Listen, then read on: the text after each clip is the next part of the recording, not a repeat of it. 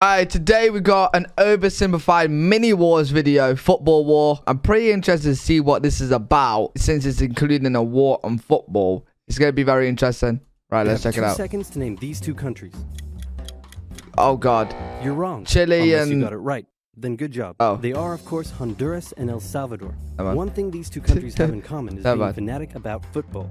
Or if you're a freedom-loving patriot, soccer. But do they love it so much they would go to war over it? You bet they would. And that is Really? no bueno.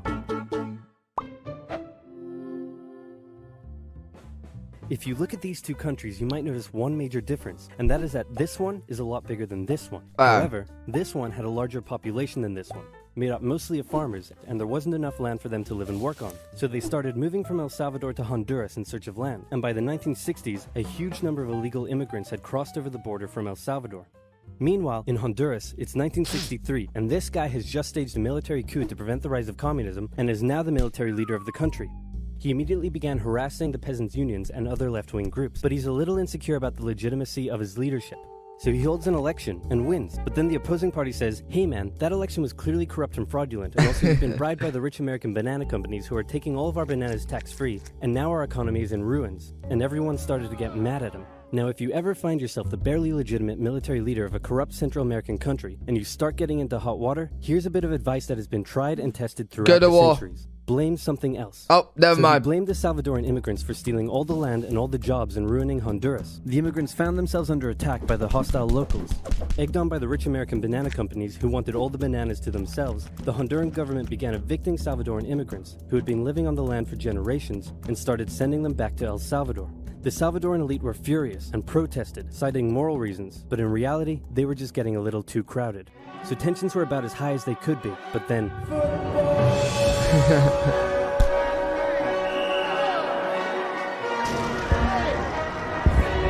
It's the 1970 World Cup qualifiers, and both countries finished top of their qualifying tables, so it was now time for them to play against each other in a series of matches. The first match took place in Honduras. The night before the game, Hondurans gathered outside the Salvadoran team's hotel, making noise and taunting them. The next day, Honduras defeated the exhausted Salvadorans with a late 90th minute goal. After the match, a young Salvadoran fan, unable to bear her country's defeat, shot herself. What? Disturbingly, the Salvadoran government glorified the incident and made her into a national hero. And at the next game, fans brought pictures of her to the stadium. Emotions were running high as the next match took place in El Salvador, and this time the tables were turned. The Hondurans had to endure a sleepless night in their hotel, and the next day, before the match started, instead of the Honduran flag, the Salvadorans raised a dirty rag. So great job at reducing tensions. El Salvador won decisively over the exhausted Hondurans, while spectators battled in the stands. Team Honduras fled home in a bulletproof bus with rocks being thrown at them, and the Honduran coach reportedly told his players that they were lucky they lost. In response to the defeat, Hondurans began terrorizing the Salvadoran settlers even more, in some cases reportedly throwing them off their land and burning down their homes, and the immigrants began fleeing back to El Salvador. The final game in Mexico would decide who went to the World Cup. It was close, but El Salvador came out victorious, knocking Honduras out of the tournament. The atmosphere was riotous, literally, and back in Honduras, attacks on the Salvadoran immigrants further increased. This was too much for El Salvador to bear. With its people under attack and an unmanageable refugee crisis on its hands, El Salvador severed all diplomatic ties with Honduras and declared war.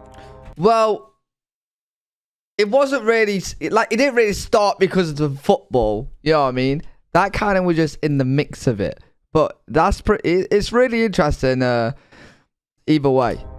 That's really interesting. The football war is also known as the 100 Hours War, because that's how long it lasted, making it one of the shortest wars in history.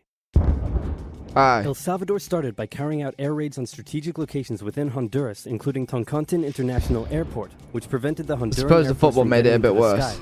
Then, with their superior army, they began an invasion along 2 major roads, complete with light tanks and infantry. Jesus. It just seems crazy that we just they've gone mad over football pretty much. Even though tensions were building up before the football match, you know what I mean? But it just seems oh, here's the football game. Straight afterwards, they've legit gone to fucking war, man. Their advance was rapid, and they were quickly approaching the Honduran capital. Then the Organization of American States met in a bit of a panic and unanimously agreed that war between El Salvador and Honduras was a bad thing and probably shouldn't continue. So they went to El Salvador and said, can you please stop invading? And El Salvador declared, not until they stop being jerks, and so the war went on. The Honduran Air Force finally got into the sky, and with aid from neighboring Nicaragua, they successfully carried out air raids on Salvadoran air bases and oil facilities, crippling the Salvadoran supply line and stopping their advance dead.